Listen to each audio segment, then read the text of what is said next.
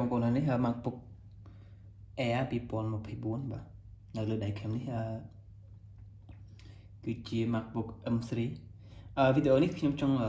ប្រាប់ពីគន្លឹះប្រើ MacBook សម្រាប់អ្នក beginner បាទហើយបើសម្រាប់អ្នកចេះហើយក៏មិនអីដែរបើចង់មើលបន្ថែមក៏អត់អីដែរខ្ញុំនឹងបង្ហាញគន្លឹះខ្លះដែលសម្រាប់អ្នកប្រើ MacBook ដំបូងបាទគួរតែចេះបាទអូខេដំបូងគេគឺខ្ញុំចង់ប្រាប់ពីទឹកដំបូងគេគឺខ្ញុំចង់ប្រាប់តើតើនឹងការប្រើម្រាមដៃបាទជាធម្មតា MacBook យើងអាចប្រើបានម្រាម1ម្រាម2ម្រាម3ម្រាម4បាទអូខេបើសិនជាយើងចង់អូសម៉ៅអូសសញ្ញាព្រួយនៅលើ screen របស់យើងគឺយើងប្រើដៃតែមួយបាទដៃមួយគឺយើងអូសអូខេយើងអូសក្បាលព្រួយបាទអូខេនៅនេះឧទាហរណ៍ថាខ្ញុំអូសទៅលើបាទបាត់ផ្ទាំងនេះមួយអូខេចំណែកម្រាម2បាទនៅពេលដែលយើង scroll គឺយើងប្រើម្រាម2បាទឧទាហរណ៍អានេះខ្ញុំនៅក្នុងChrome បាទឥឡូវខ្ញុំចង់អូសនៅក្នុង Google Chrome អូខេចុះ scroll អូសមកក្រោមគឺខ្ញុំប្រើម្រាម2បាទប្រើម្រាម2អូសចេះមកបងប្អូននេះបាទអូសចុះលើអូសចុះក្រោមអូសចុះលើអូខេមួយទៀតបងប្អូនបើសិនជាចង់ខ្ញុំចង់ប្រាប់ពី shortcut មួយទៀតមិន shortcut ទេខ្ញុំចង់ប្រាប់មួយទៀតយើងអាចអូសនៅនេះបានបងប្អូនអូសម្រាម2ចេះមកអូសចេះមកគឺវានឹងចេញ notification ឲ្យយើងបាទនៅខាងស្ដាំដៃបាទបើយើងឲ្យចង់បិទវាវិញយើងគួរតែអូសទៅវិញអូខេបាទនៅនេះវាមាន notification អូសឲ្យយើងម្រាម2អូខេហើយសម្រាប់ម្រាម3បាទម្រាម3គឺបងប្អូនអាចអូសបានដោយបងប្អូនអូសទៅលើគឺវានឹង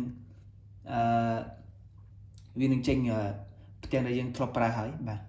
ឥឡូវឧទាហរណ៍ថាយើងចង់ទៅកន្លែងណាឧទាហរណ៍ខ្ញុំចង់ទៅកន្លែង note ដែលខ្ញុំធ្លាប់ចូលហើយអូខេខ្ញុំចូល note បានបាទឥឡូវវាចូល note អូខេឥឡូវខ្ញុំអូសទៅវិញអូខេហើយខ្ញុំមកក្នុងជ្រុំវិញអូខេហើយម្រាម3ម្រាម4គឺដូចគ្នាបាទអូខេឥឡូវឧទាហរណ៍ថាខ្ញុំចង់ទៅ desktop មួយទៀតខ្ញុំគ្រាន់តែអូសទៅខាងចេះមកគឺទៅ desktop មួយទៀតហើយបាទអូខេឥឡូវឧទាហរណ៍ថាខ្ញុំចង់ទៅ home អូខេចង់ទៅ home ខ្ញុំគ្រាន់តែម្រាម5បងប្អូនគ្រាន់តែ pin វាមកបាទគ្រាន់តែចេះមកទៅ home បាទហើយនៅនេះបងប្អូនអាចអូសក្នុងនេះបានអូខេបាទបន្តមកទៀតគឺខ្ញុំចង់ប្រាប់បងប្អូនពីការប្រើ shortcut មួយចំនួនបាទនេះគ្រាន់តែជា part 1ទេខ្ញុំនឹងធ្វើវីដេអូមួយទៀតសម្រាប់ part 2បើសិនជាបងប្អូនមានពេលចាំទស្សនាវីដេអូមួយទៀតបាទសម្រាប់ shortcut គឺ shortcut ទី1អូខេ shortcut ទី1គឺខ្ញុំចង់ប្រាប់បងប្អូនពី command និង Q command Q យើងប្រើនៅពេលដែលយើងចង់បាត់ផ្ទាំងឧទាហរណ៍ខ្ញុំនៅក្នុងជ្រុំឥឡូវខ្ញុំចង់បាត់ជ្រុំនេះចោលធម្មតាបងប្អូនទៅកន្លែងនេះបាត់ផ្ទាំងនេះចោលប៉ុន្តែបងប្អូនដែលចង់ប្រើ shortcut ឲ្យវាលឿនគាត់ទៅជីក command និង Q មក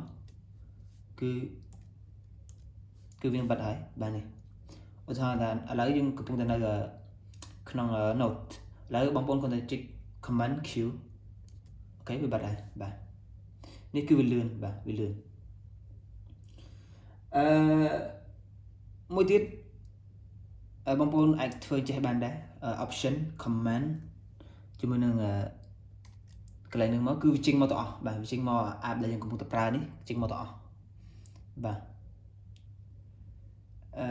option command ហើយនឹងកន្លែង excite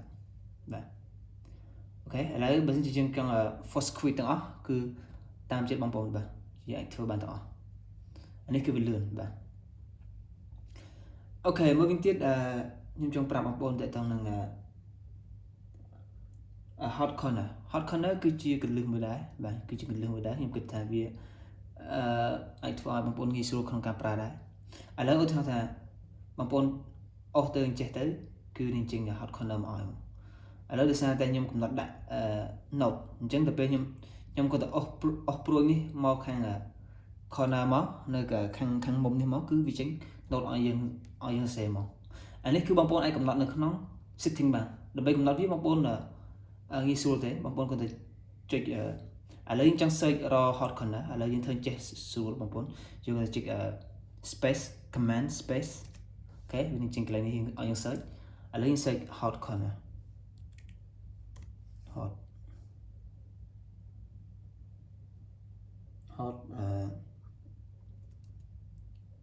corner này băng bồn mình chỉnh cái setting ở những hot corner shortcut ok lấy những cái check lên mà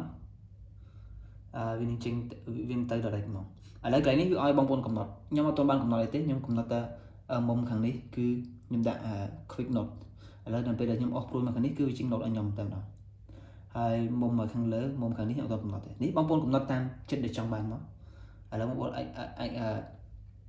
min choice băng bồn chơi máu trong sẽ lấy mười nó đạm mười đường tới hay là bây giờ băng bồn off từ mông khang ná băng bồn cầm nốt khang này hết là bây giờ băng bồn off từ mông cứ viên chỉnh ở đây là đôi ở đây là băng bồn cầm nốt bà anh ấy cứ mình bên ngay bà hai chỉ trong cái cứ trong bằng hai bằng ôn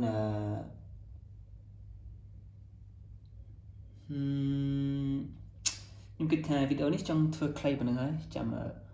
ở nhầm thưa part 2 thế bà ở đây mình bên ngay so bằng ôn là beginner ok chụp chụp ní nơi part 2 bye